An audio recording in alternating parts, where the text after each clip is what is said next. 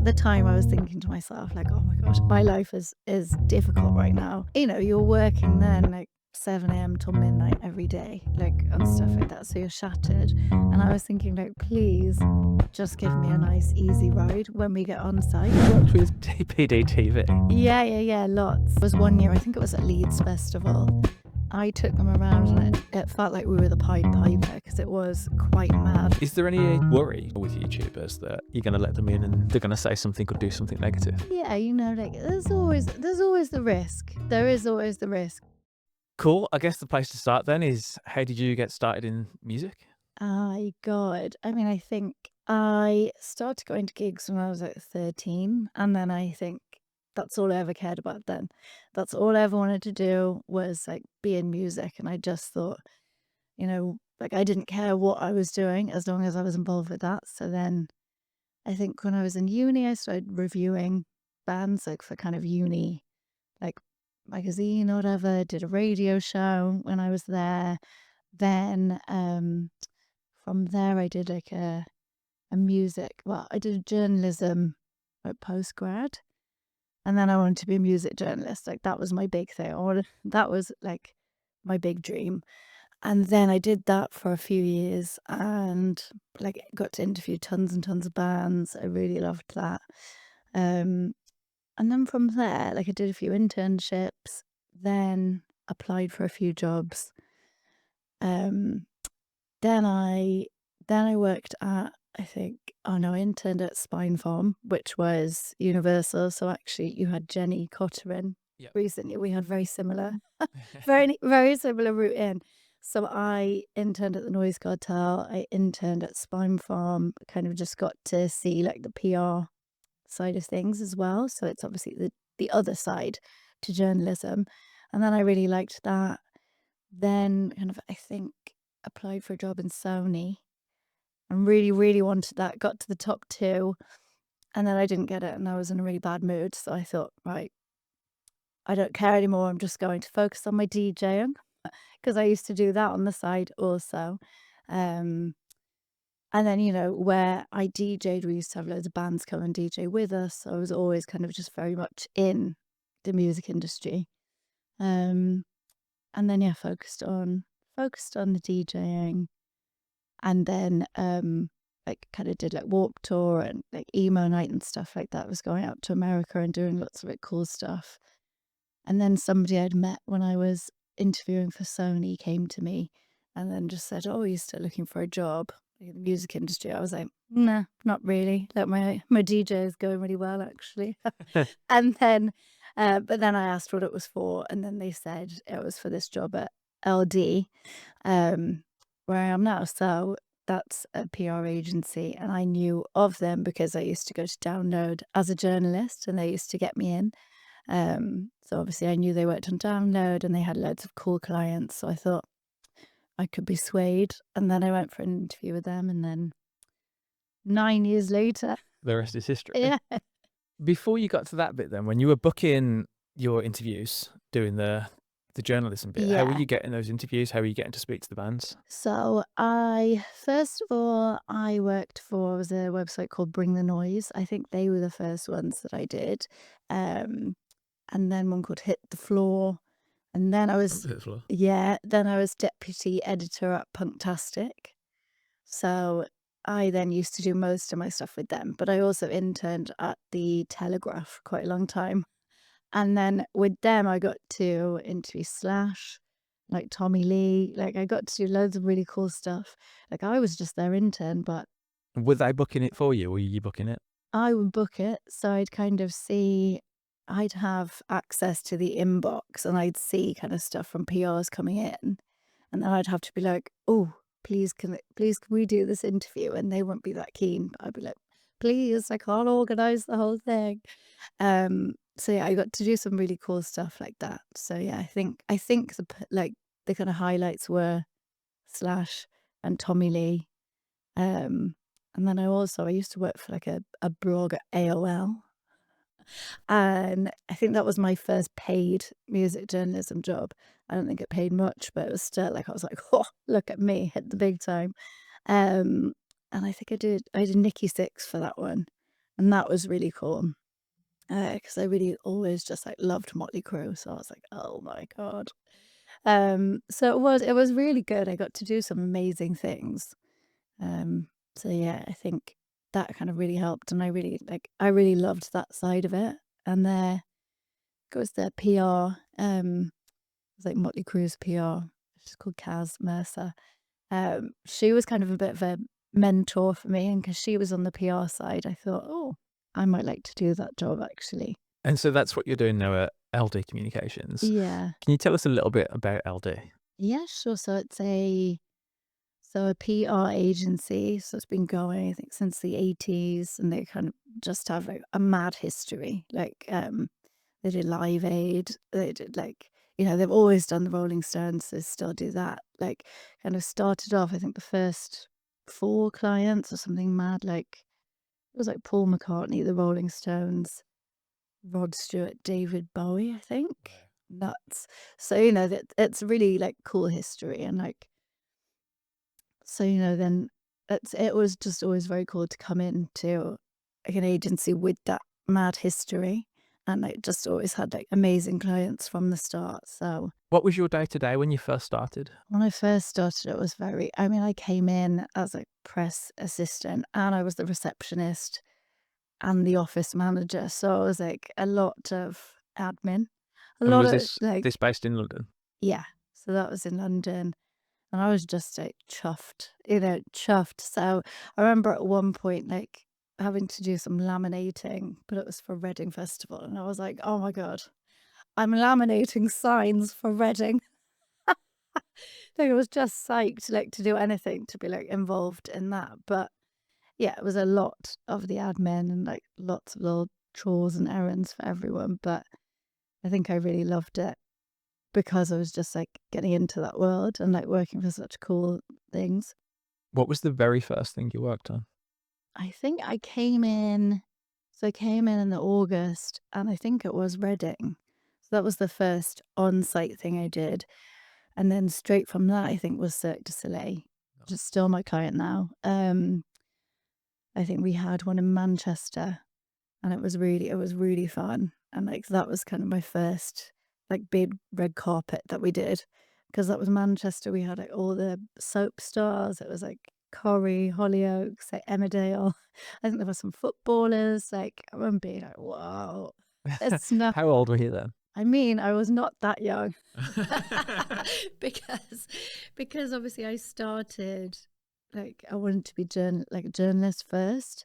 So I started off on that, and then I was DJing for years, and then when I came into this, I was at 28, I think. Not to give away my age now, but but yeah, so I think, I wasn't as early on as most. Like I think most people in my job, like in the kind of PR industry, have been doing it since they were like 21, since they came out of uni. But yeah, it was a bit of a later start for me, but I wouldn't take it back because it all kind of added up to it and gave me that experience in like music anyway. What's the difference now then with your day to day? So now, Oh, actually, and can you explain like your specific job role as well? yeah, so I'm now account manager. So I'm in like a management position now. Um, so it means that I kind of manage the clients that I work on. So that's like Download Festival, Cirque du Soleil, got Gladiators Live. That's very, Sick. I know. That's new, so I'm really excited about that one. That starts in November. Um, and then yeah, like a few other bits I could do. There's an ice rink in Battersea Power Station. I could do like a light trail in like Windsor. It's all very varied, and I think that's what I love about it. Because it just kind of it's very varied, and like no day is ever the same, as another one. So I really like that. But yeah, so I basically manage those accounts, kind of manage the team who work on like the account with me. Um, and then you're just kind of, I guess, looking at the bigger picture, like the PR strategy for that campaign. Like mainly I work on events, so it's quite fun because you're like working just on the event from start to finish, and it also starts earlier than you would think it would. Um, But yeah, it's good, and obviously, day to day, there's loads of things that come up that you have to deal with, but you're working on like, you know, putting the putting the event out there. So like promoting the event, but via like the press. So mine is like press and influencers. So I like, yeah, we would get in touch with someone. So say for download, you're and letting the press know that it's coming. You'll invite them to the launch event. You'll just kind of get the word out there. Close to the event, you get people to come down and review it. You organize all the kind of artist promo like ahead of time. So all the artist interviews that people do on site.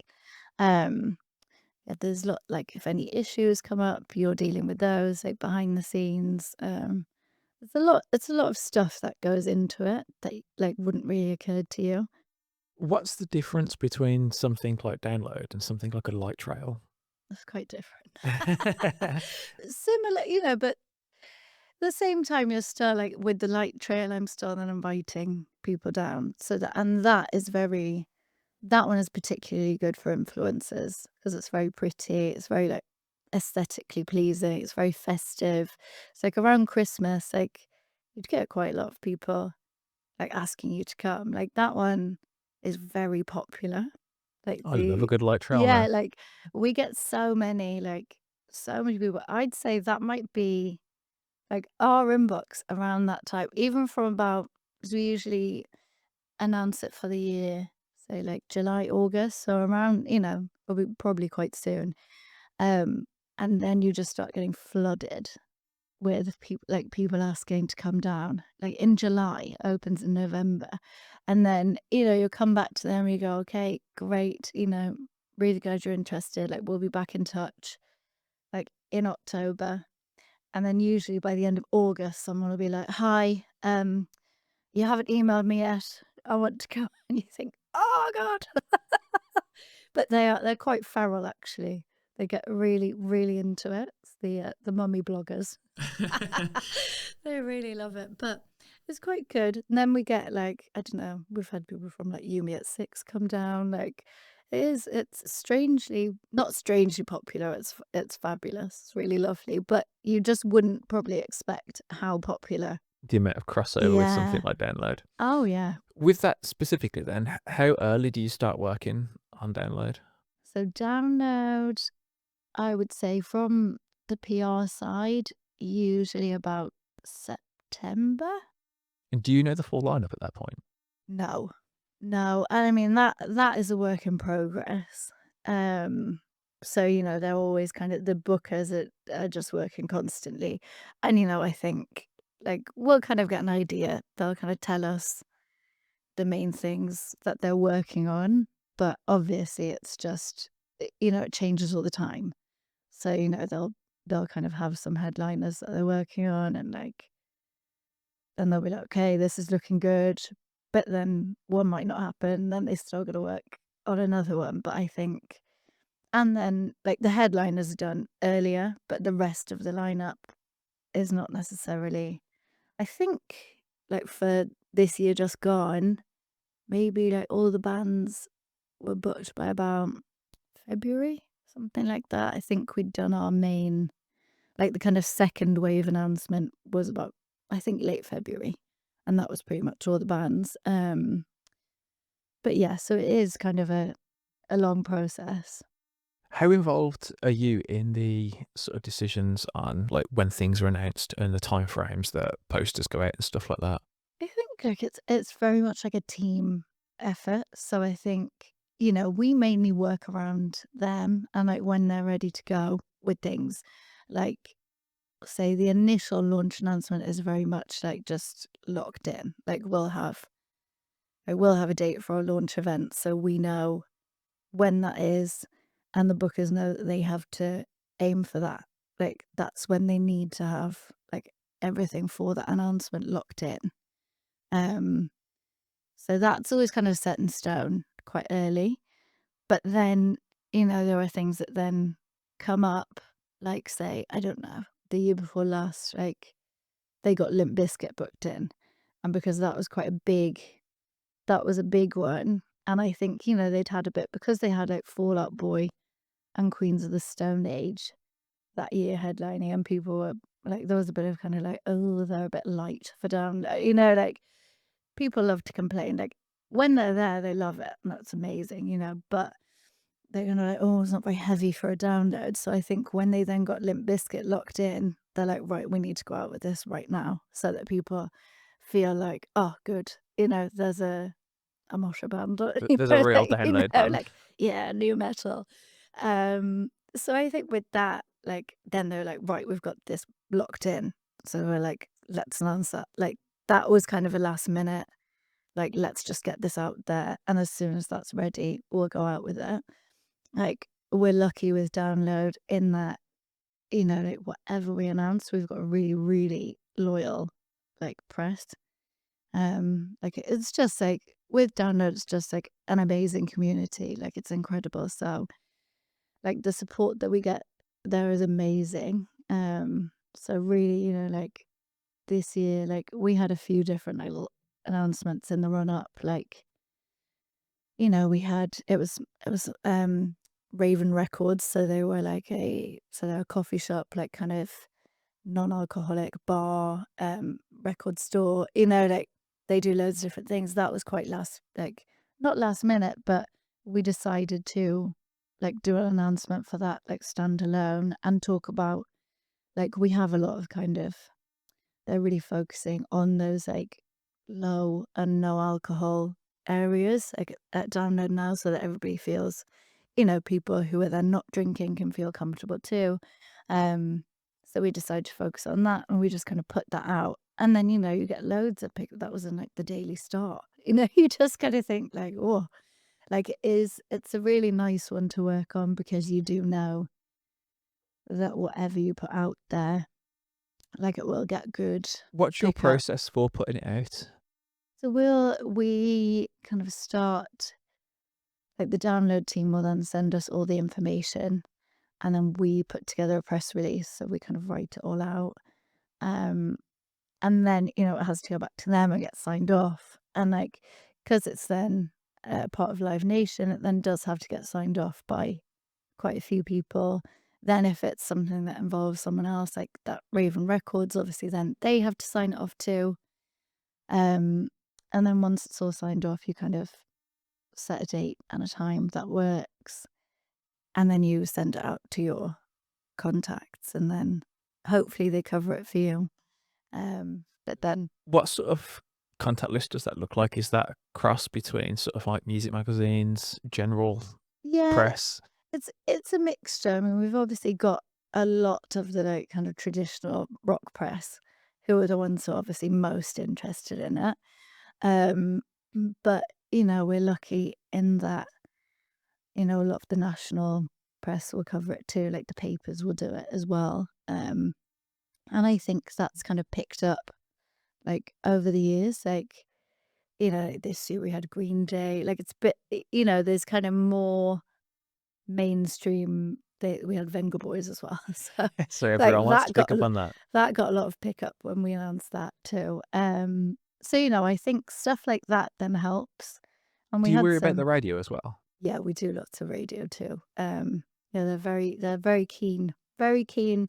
And yeah, it's kind of got like it's a nice mixture, because it's, you've got your Kerrang radios and like your Planet Rocks and stuff, but you also have like Radio 1, like sometimes Radio 2 do stuff, like Absolute Radio stuff. Like we do get a lot of pickup. Like I think there's a lot of interest in it, but it is, it's actually like the second biggest festival in the UK after Glastonbury, which is I did not quite realise mad. that. Yeah.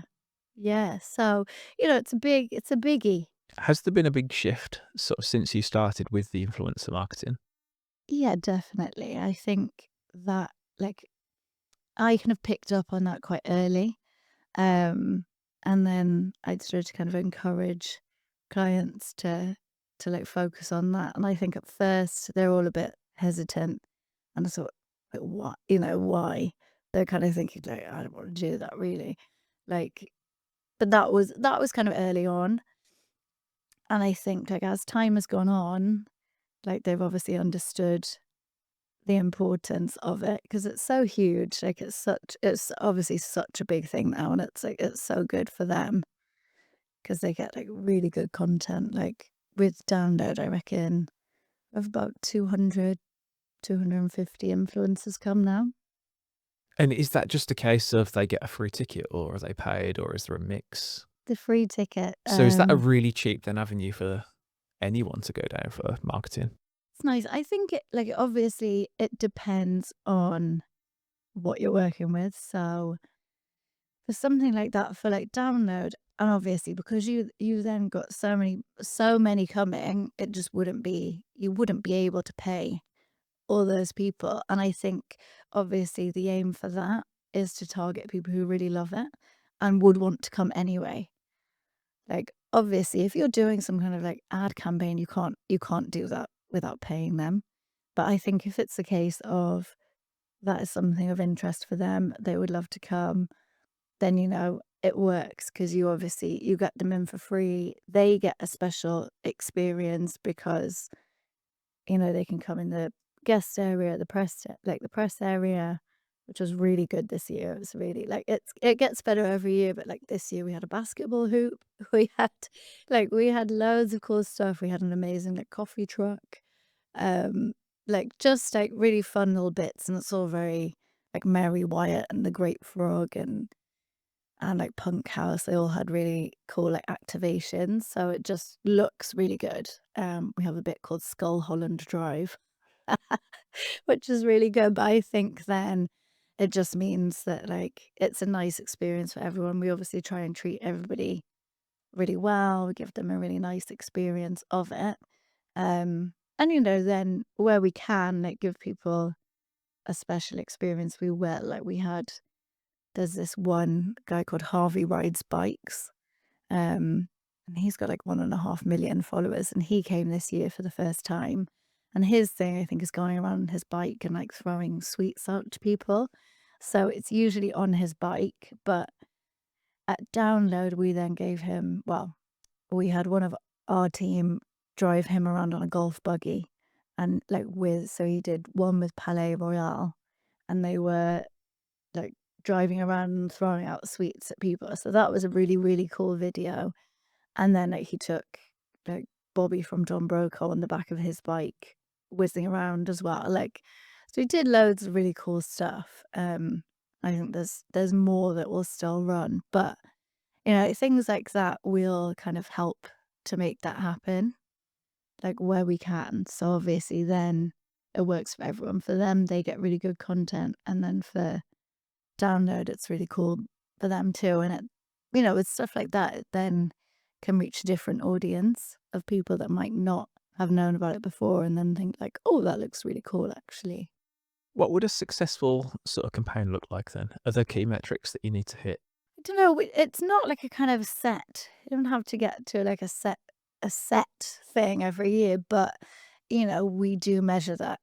Like we measure the kind of reach, the reach that we get every year. There's like a thing called PR value where you kind of work out like how much that would have cost them, Right. to get it. Um, and obviously the reach every year kind of goes up and up and up because you get more and more influencers down, you get more, it's more press. Like TV pieces always get like massive reach. So stuff like that is really good to see. And every year I think, we do a big kind of deck, like a debrief deck, and show all the highlights of the campaign. And like every year it's just like, it's really, really good. But I do feel like it gets better and better every year. Um, so it's like nice to look back on that and kind of feel a bit proud, like, oh, we did all of that. Have you had any like particularly weird requests? Weird. Like, Like I guess like someone riding around the bike is like unusual, but it's not yeah. like weird, but I don't know. I don't know about weird. I mean, or unexpected. we get asked to do like lots of different bits. I'm trying to think what would be weird. We had one thing was like that I would have liked to have pulled off, but it didn't work out. It was a couple of years ago, and Channel 4 wanted to do a program called like Same But Different, I think it was. I don't know if it ever happened, but it was like download versus like a classical music thing. So they really wanted to do that. I would have quite liked it, but just timings didn't work. We had Rob and Romesh came down and did an episode last year. It was amazing. It was so it was Rob and Romesh versus like heavy metal, I think it was called. But it was really good. They came down and I think with that, what did we have them doing? Like they wanted to do, like they did shots with like Queens of the Stone Age, like backstage. We took them on, we just this tour bus to sing like Teenage Dirtbag. Ramesh got a tattoo. He got a download tattoo. They had, I think it was Bleed from Within. They went on stage with them and did Enter Sandman. It was really fun, actually. That was a really fun one to work on. And then yeah, Ramesh got, I think it was a Bleed from Within tattoo. Like absolutely mad. So that was all. That was quite like a. It was quite a mad one to work on, but that was really, really cool. And is them that reaching out to you and just saying, we've got this idea, we want to make it happen? Yeah, that was like I think that was a mixture. So that one, I think, came through like marketing. So it was kind of a mixture of marketing and PR.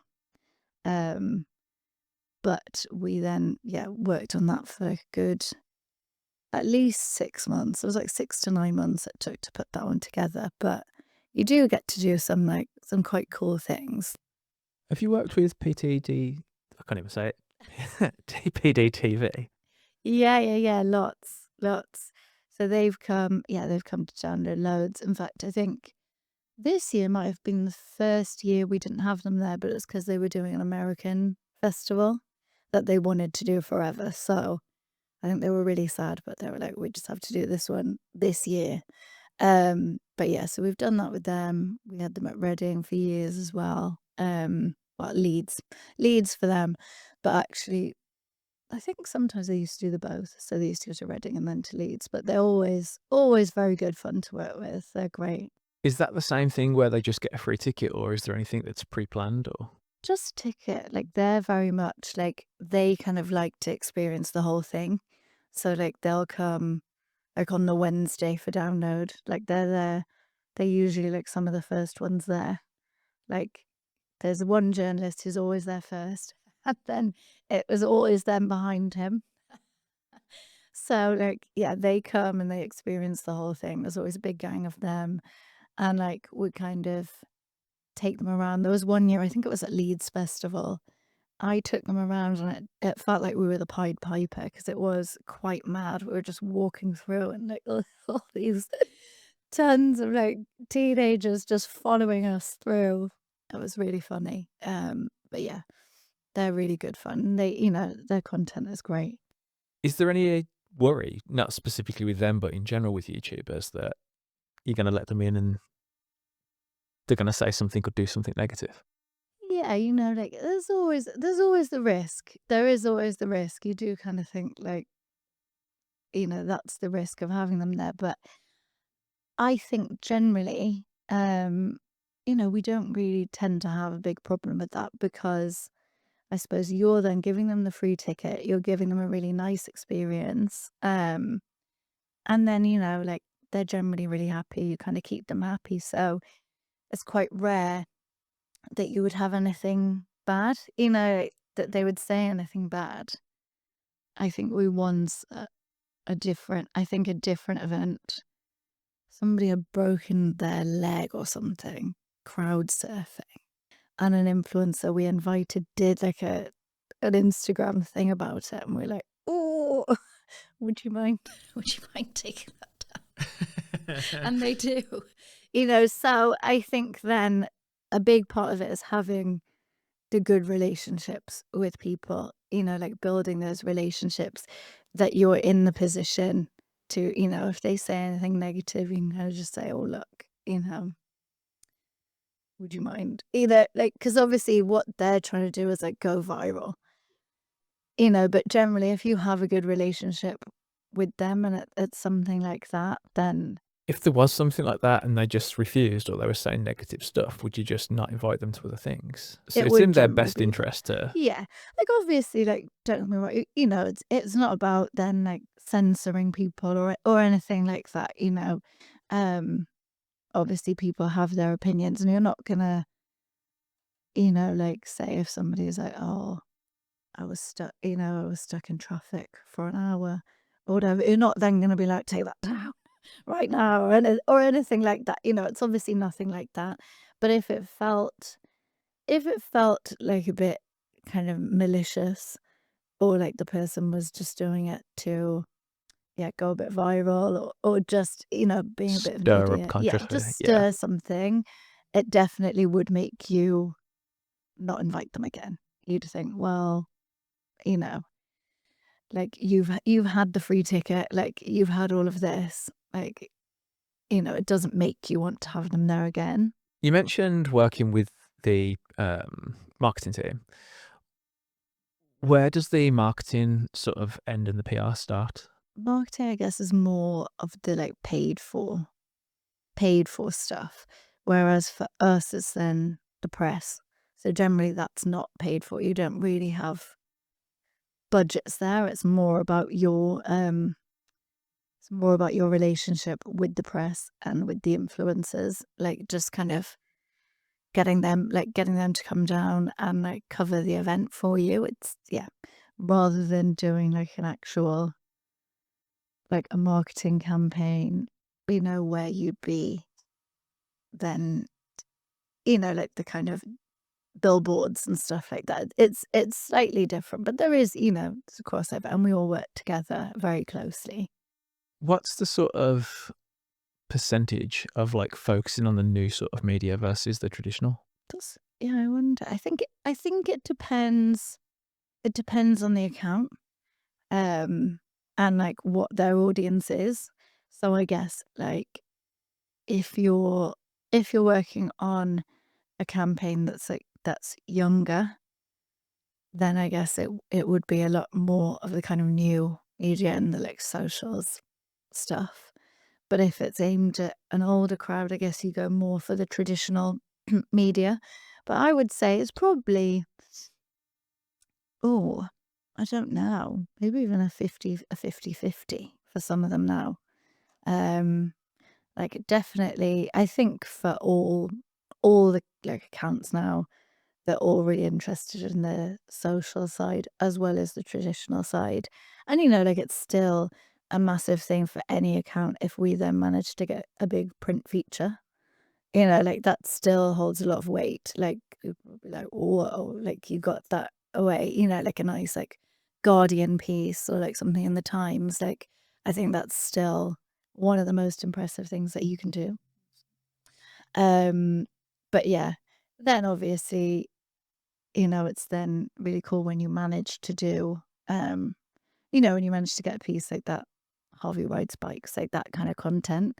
Like that stuff I think is really good because I guess with the influencers, like content creators, like they get really good footage of the event. So it does kind of really capture it.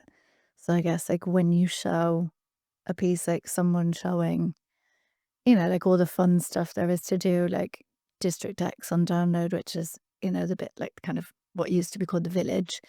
Like all those kind of extra bits, which we didn't used to focus on so much. But, you know, we had Venga Boys, there's like loads of DJ stuff, there's like drag queens, there's loads of fun stuff. And, you know, then you have influencers like capturing all of that.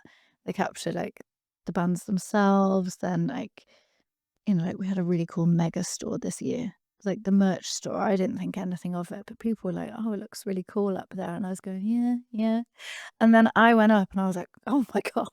Like it was really cool. It had like a whole fountain in there. There was like table football, like air hockey, like just really cool, like every type of download merch item you could ever think of, like dog beds, like just nuts things, like a coffee shop, like just always amazing. But then you have like influencers going in there and they get like a video of that, and then you can show people like, oh wow, like look at all these different things we have, and it's like not just the festival itself, it's like, you know, like the bands, it's like everything. Is it way easier to put a campaign together when you know lots of cool stuff's happening as opposed to like this is a very straightforward one, thing's happening, and we have to make it look interesting. Oh yeah, it definitely helps. Like obviously, like it helps to have like different like fun things to work with that you can talk about. But with those things, with some of those, like like that mega store, I did not realize until we got there, like how cool that was.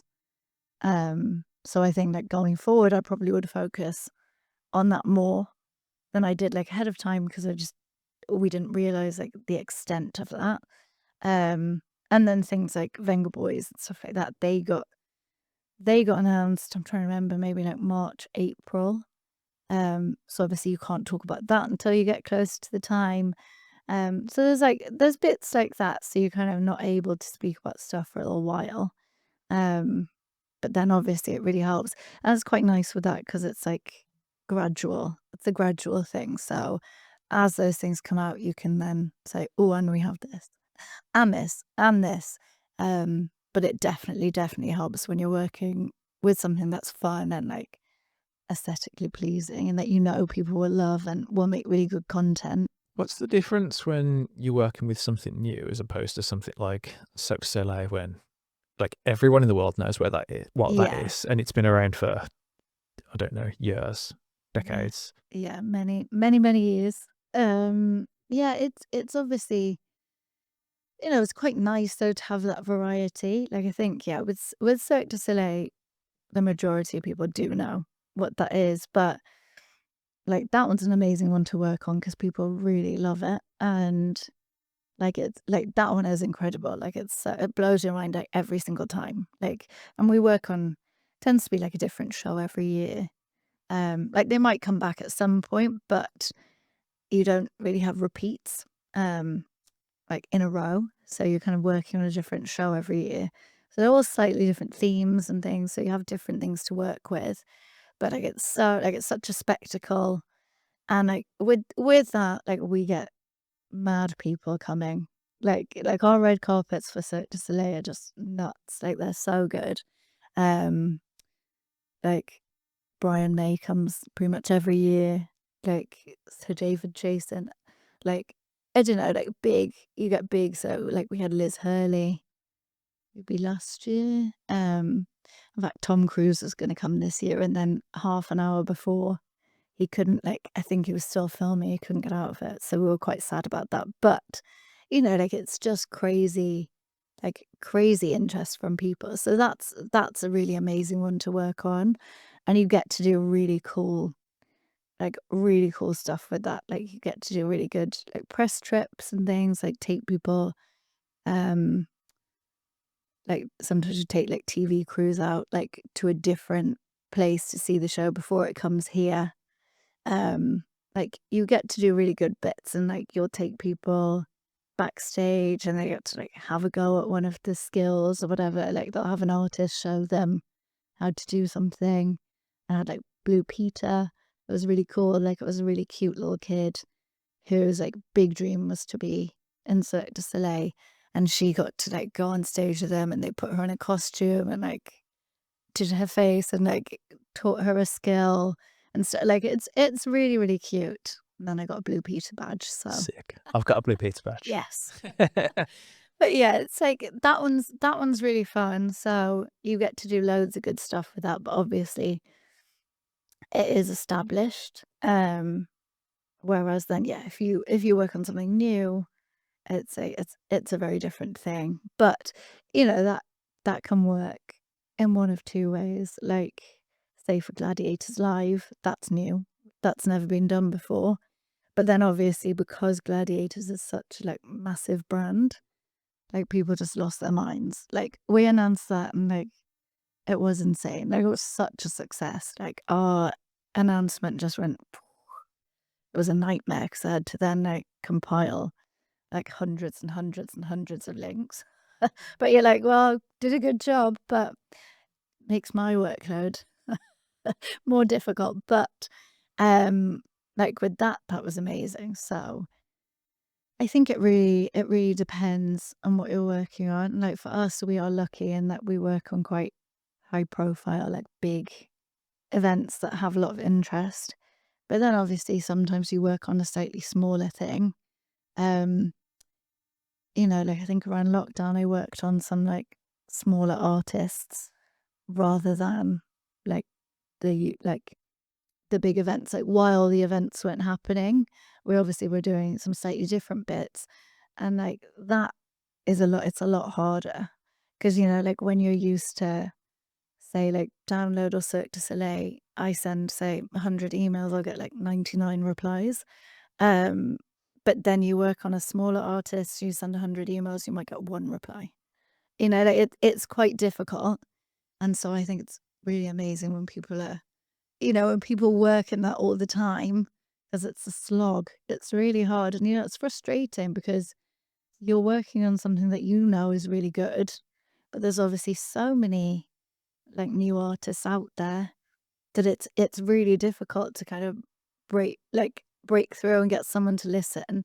But then I think, you know, if you're doing that's really rewarding because I guess once you make that breakthrough and someone realize, you know, people realize and they catch on, then, you know, it's like, oh, look at what I did there. Like that's amazing. But it's also just a lot more. Is it a similar process for artists to events? I think it's quite different.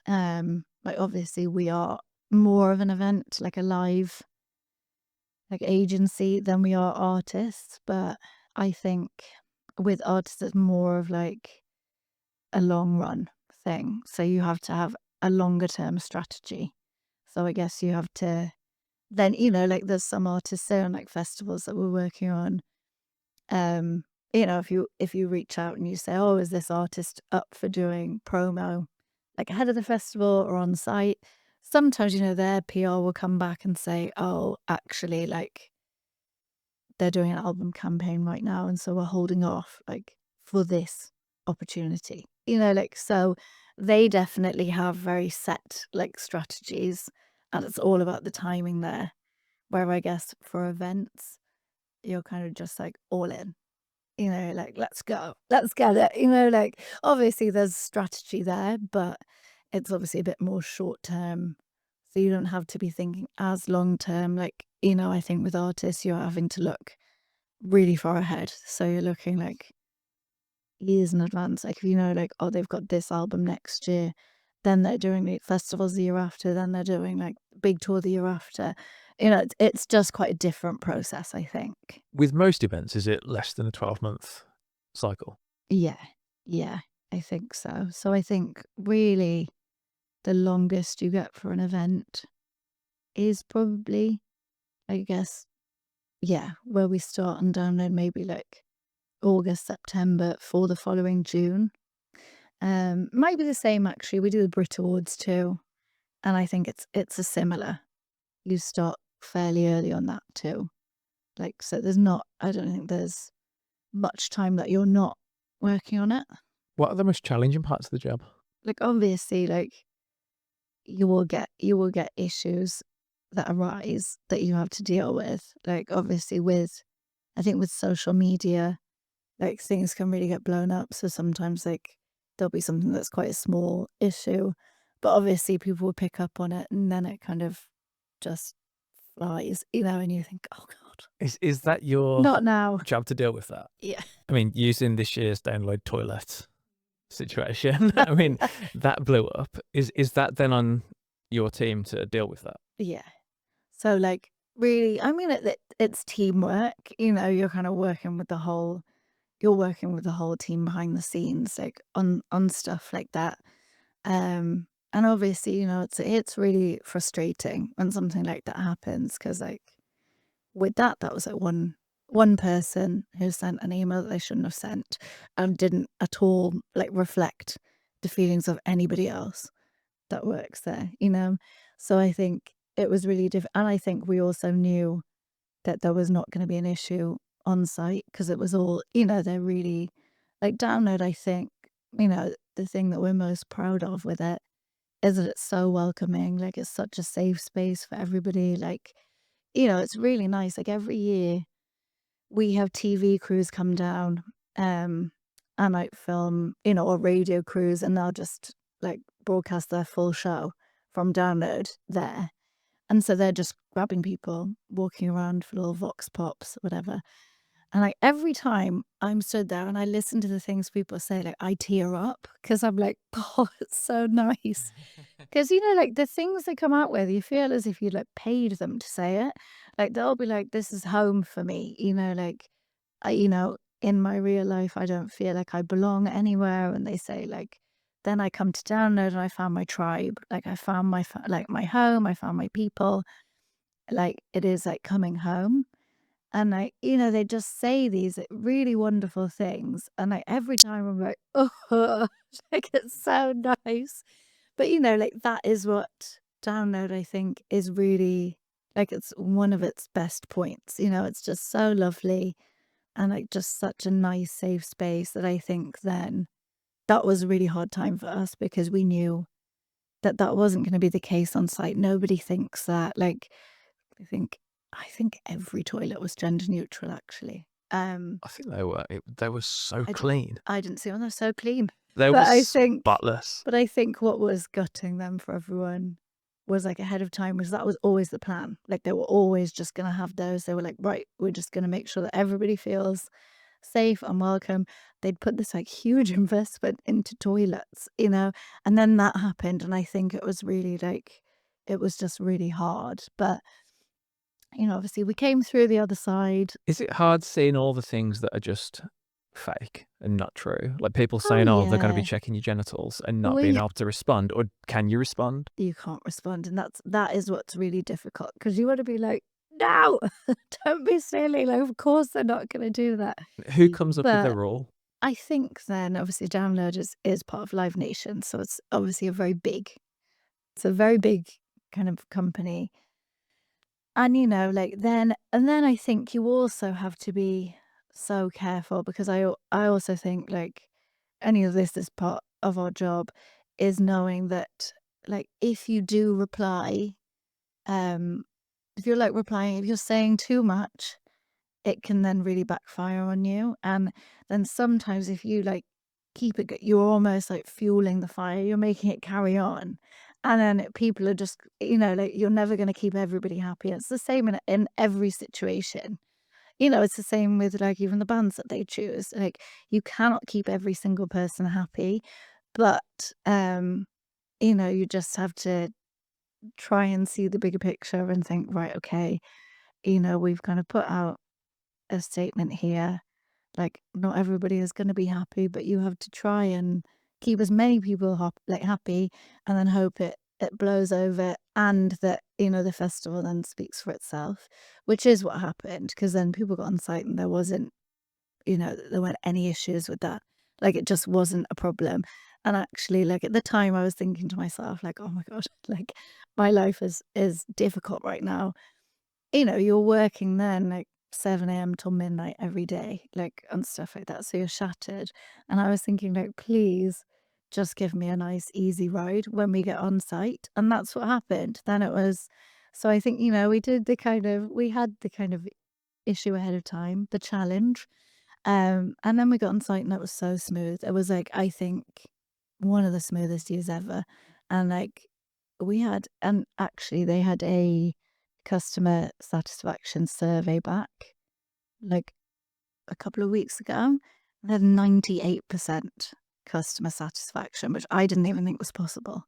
Like, that's nuts, I think. Like the nature of people, like people like to complain. Like, so I think like that is like off the charts, like amazing. I had little goosebumps when someone told me that. I was like, oh my God.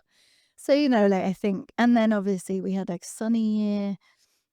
Like everyone was just saying like this was my best download ever. Like it was so amazing. Like all the reviews were like talking about how good like the production was, the facilities were, like people were talking about how good the toilets were. Like I thought this is bizarre. I've never talked so much about toilets in my life, but in the end it ended up being like such a success. And like so in the end it's always fine. In the background, is it just like crisis meeting, everyone gets together and you decide what's going to be said? There's a bit And of then that. does anything else happen? Do you double down on press that is going to be positive or? Yeah, I think like with stuff like that, like with that, I think you're kind of a bit sensitive to it, so you kind of will avoid anything for a little bit while it's really like because you just know like if you then post something overly positive, you know, then all the comments gonna be like, yeah, but what about this kind of thing. So you kind of do have to let it die down and not like I guess antagonize people. But then I think then after that, obviously, what you like to do is kind of then put out positive stories and be like, oh, look how nice this is, look how nice this is, and you know, hope that people think about the positives more. Is it a little bit easier on your side when you know that you've got an event that's gonna go great and there's years of history of it working out well?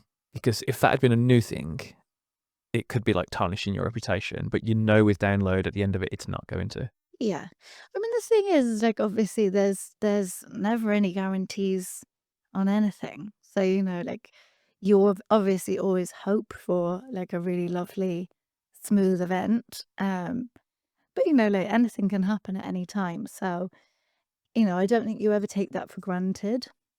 I don't think you ever just think like, oh yeah, this can be easy breezy. Like we did know that like with that situation, we knew that that would be fine in person. So it was really frustrating because you wanted to be like, oh, just get there and you'll see it's completely fine. Like it's no different to how it's ever been. Like it's exactly as it's always been, if not better. Um, so you know, with stuff like that, like obviously you kind of you do know that it will be good and you know that the people behind it are obviously such pros. They've done it for years and years. Like it does just continue to get better. Um, so obviously you have a bit more peace of mind with that than with something that has never happened before, because obviously you can't really imagine it until you're there and it's happening. But yeah, I think with anything though, um, you don't really ever take anything for granted. You kind of hope. You hope for the best and you think like, oh, please be nice and smooth. Are there any things where you sort of plan ahead if something goes wrong? Like, so like someone could get hurt.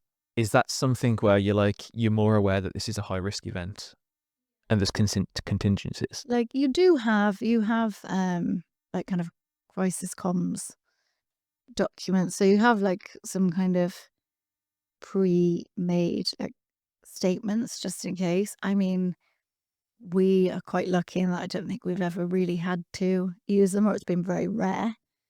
Because like, it's very rare that something goes wrong, but obviously you just have to be prepared for it. Um, but yeah, you know, I'm lucky, touch wood, that all the Cirque du Soleils I've worked on, nothing has ever gone wrong, and it's been lovely. Like the only thing I ever saw was at a rehearsal. It was in Wakefield. There's a massive rehearsal space there that I think like Beyonce and like mad people have like used it.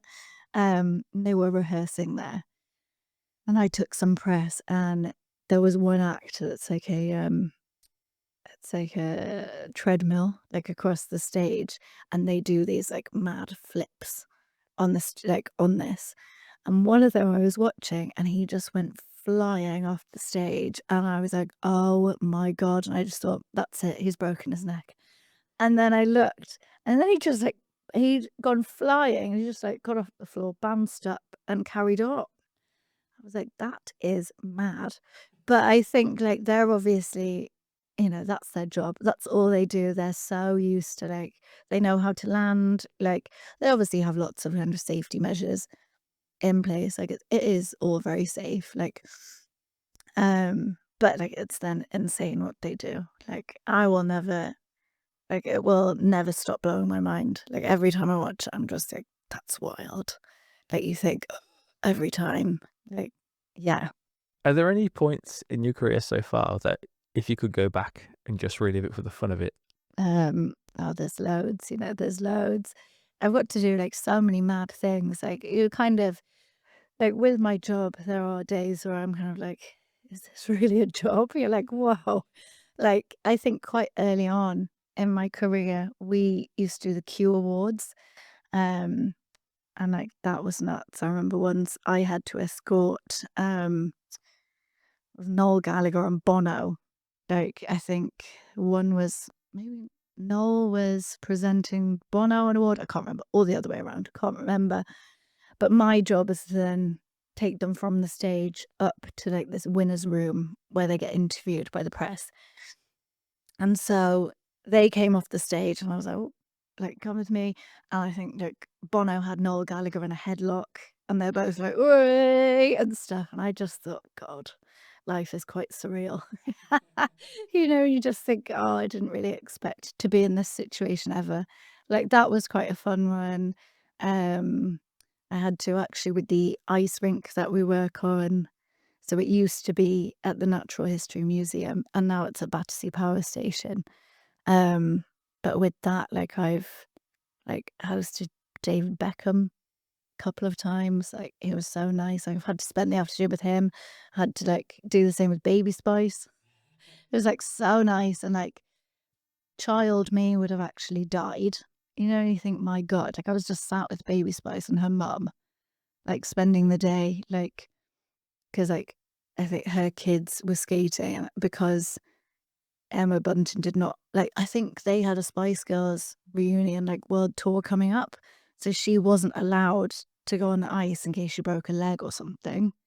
So then just her kids were skating around. So then I just kind of sat with her and her mum. And like you do think like that is wild. Like what a day. What a day at work. Like there's kind of lots of different bits like that where you kind of think like what is my life? Like we had a recent one, we work on like the Ivor Novello Awards. And like that one, then I met Robbie Williams. And that was one I hadn't like at this point I kind of feel like I've met most people. But like I hadn't met Robbie Williams yet and I really loved him when I was a kid and I did think like, wow, like he came like he was so nice. He like came over and like shook my hand and was like, "I'm Robbie, lovely to meet you." I was like, oh my God. Like obviously not outwardly, but inside you kind of think like, oh my God, me as a 10-year-old would have passed away. Like like it's so good. And like that same event, like at one point, I think I was stood and like Robbie Williams was next to me and like Bono and Ed Sheeran and Charlie XCX, and they were all watching like Bruce Springsteen on stage, and you do think like that is quite surreal. So you do get like just mad experiences. So yeah, it's very cool. Like there's lots of bits that I look back on and I think like, God, that's quite mad. Yeah, that sounds awesome. Yeah. Is the day to day like a 9 to 5, or is it just you work when you need to work to get it done? Yeah. I do 9:30 till 6. Those are so it's quite it's like a normal person's like Monday to Friday job, but obviously it then once you're into like especially festival season, then it kind of obviously then you're working weekends. Like usually for me, like say the 2 weeks leading up to download, like I'll work till at least midnight every night. I'll work over the weekends. Like it like really ramps up. It gets very, very busy. But I think if I'm not in the thick of it there, like my normal day to day is just like a normal person's Monday to Friday working hours. So it is like it's quite nice really. What advice would you give somebody that wanted to start? I guess mainly in PR, but also if they wanted to be like a reporter on the other side. Yeah. I mean, I guess like everything's a little bit different now, but like for me, I would say like because I interned a lot and it really helped. And I think that's a toughie now because I think interning is not the same as it was because obviously they used to get away with a lot more when I was that age because you would just do it. I think they would pay your expenses, like your travel expenses, but aside from that, you were doing it for free. Um, and so that was quite difficult. I was working like a gift shop at the weekends and I was like DJing in the nights, like just to try and make enough money to be able to do those things. But like, I wouldn't have ever taken that back because I got so much experience of doing different things.